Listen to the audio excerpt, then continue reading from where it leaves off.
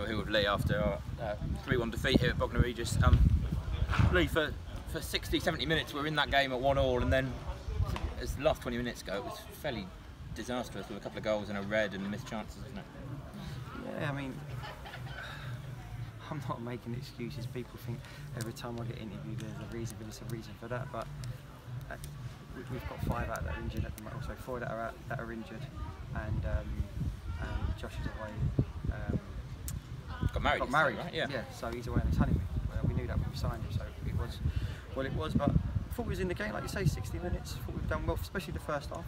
I thought we were in the game the whole time, and kind of gets an injury. He's off the park for a bit.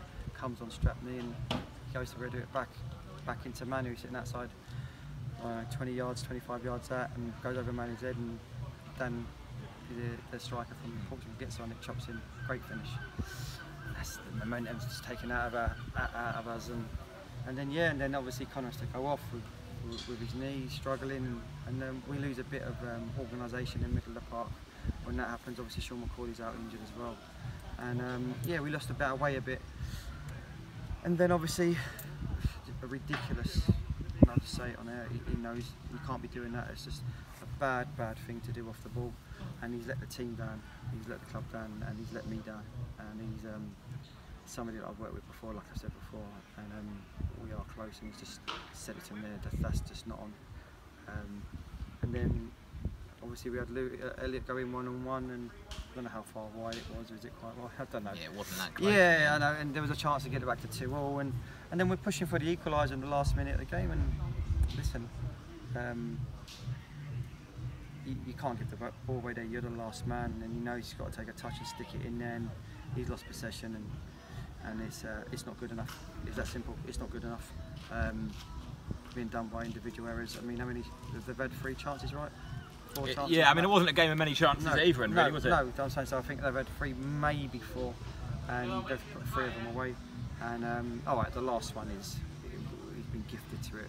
The last man on the halfway line, and he's lost possession.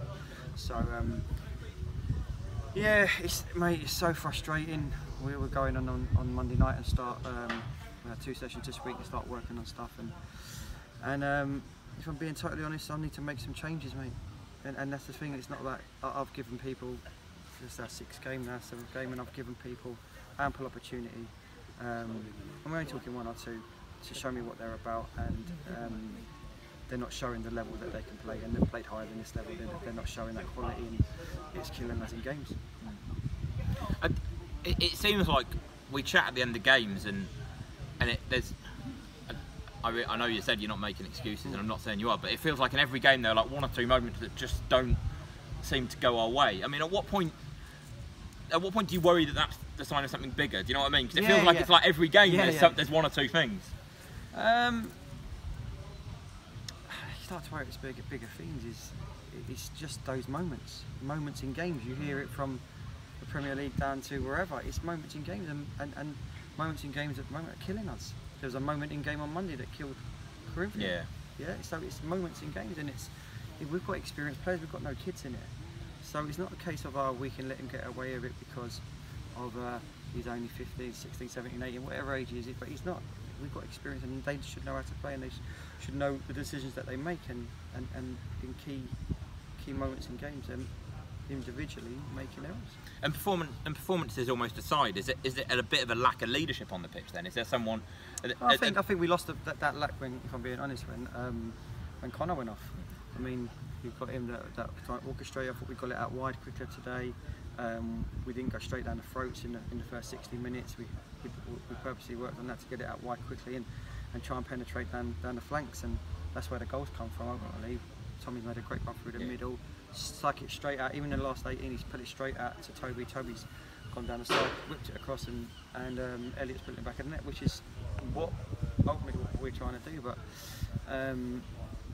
yeah, it's just frustrating. And I mean, I don't agree with what the fans and how they go about it, but I completely get where they're coming from. And listen, it will come. It's just it's been done to unfortunate individual errors. Is it almost more worrying to talk about the fans? That it felt like No, Actually, today there wasn't like loads of. It wasn't like the kind of Dorking game where it happened from the first moment. It was kind of towards the end. Yeah, 100%. But the problem is, for me, there's a lack of much feeling at all. That almost feels. Do you know what I mean? Like at Dorking, at least there was a bit of like passion, but actually it just feels like. I think it just feels a bit stale at the moment. No, I think at Dorking it was just wrong from the first minute, really. Sure. Right, there's no style or anything. It's wrong. I understand their frustration, but like today, I can't. Listen, today I can take that on the chin because they waited till the last 10 minutes of the game. It'd be nice if they waited to the end of the game, but respect to them massively. They waited. I think it was probably the red card that tipped people over the edge. Really. Even when it went 2-1. But the thing is, what can I do about that? Well, yeah, sure. What can they do about it? Sure. What can you do about it? It's an individual decision that he decided to do, and it's wrong. He'll be punished for it. But at the end of the day, no manager, nobody can control that situation in that moment of the game. And I keep going back to it. I hate using phrases from when you see managers say, but it is moments in games, and goals change games, right? So at 60 minutes, it could go either way. We matched them. They're a young, energetic team. Got 2 good players up top from Portsmouth. Yeah. Very good. One of them scored in the League Cup this week. Right, well there you go, and it shows the quality that they are. And obviously we've had young Tyler Brown come in today, who I thought was magnificent at right back. He's I've known Tyler for a while. And then young James Daly as well, who just eased him into the game. He played that position really for the first 20 minutes, played out wide, just because of who we had up top, and then we're trying to put him through the middle towards the end of the game. But yeah, listen, they've got high prospects for them both. We was fortunate to get them. So, but yeah, look, at the end of the day, it wasn't a 3-1 game. End of story. I don't care what the fans say on that one. That was not a 3-1 game, and the red cards has absolutely killed us. You mentioned at the start that we've got, I think you said 5 or 6 injuries. Obviously, we talked about like Leo and Masungu, last week. But what's the state of? So basically, Leo will have a scan tomorrow morning, and he's dislocated his toe in 2 places after the Bracknell game. Well, during the Bracknell game, they manipulated it one joint, and then they couldn't do the other. So he has to have a scan tomorrow, and then we'll notice as soon as they can get it back in to the shape it needs to be. Then we're looking at maybe 3 to 4 weeks. Andrew's picked up the same injury that he got towards the end of last season, where he's something to his MCL or maybe meniscus. So again, he'll have a scan this week sometime, and then we'll know the course to go down. Mohamedou Fall, everyone keeps screaming from the sidelines, and I wish you'd ask me this every week because I'll tell you, or they can come and ask me. Mohamedou's got a knock at the Bracknell game on the sole of his foot, on the outside, the bone there, and he's struggling with it, and he came on for 15 minutes against Dorking when he didn't want to come on. But I needed to come on, so he should be out. He could be out for another week, could be out for 2 weeks. I'd say Josh is away on his honeymoon, and Macaulay. And Sean Macaulay broke his nose playing with a mask, and then he done his ribs. When did he do them? It was the Dorking game. Then he got caught again in the first 20 minutes of the Corinthian game when he's gone up and come down on them, and he's bruised them. So to play with his nose like that, and we just felt that, you know what, and he felt that he needs to miss out today and to make sure he's all right for next week for the FA Cup. You mentioned the cup game. You often think that actually a lower league draw is quite a good one, but Hastings banging form, and they've got a striker who we're familiar with, has scored another 2 goals today in Daniel Ajakayi.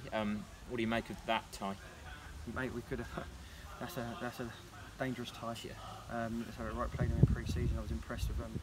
Impressed with what Chris is doing down there. But listen, let's make no bones about it. We've got the quality in there to go there and do a job. But we can't have that kind of petulance that's gone on today, because no matter who you're playing, you'll get undone. So yeah, we could have had an easier tie away on a nice pitch. So that'll suit both teams. And yeah, look, Daniel, listen, I was the one that had Daniel up here and brought him here. He didn't want to stay. He wanted to, he felt that he wouldn't play regularly here. So he's gone and chose to, we sold him to Hastings. So yeah, listen, it's a tough time. Yeah. Cool, well, we'll see you next week, and hopefully start a good cup. Cheers, thank you.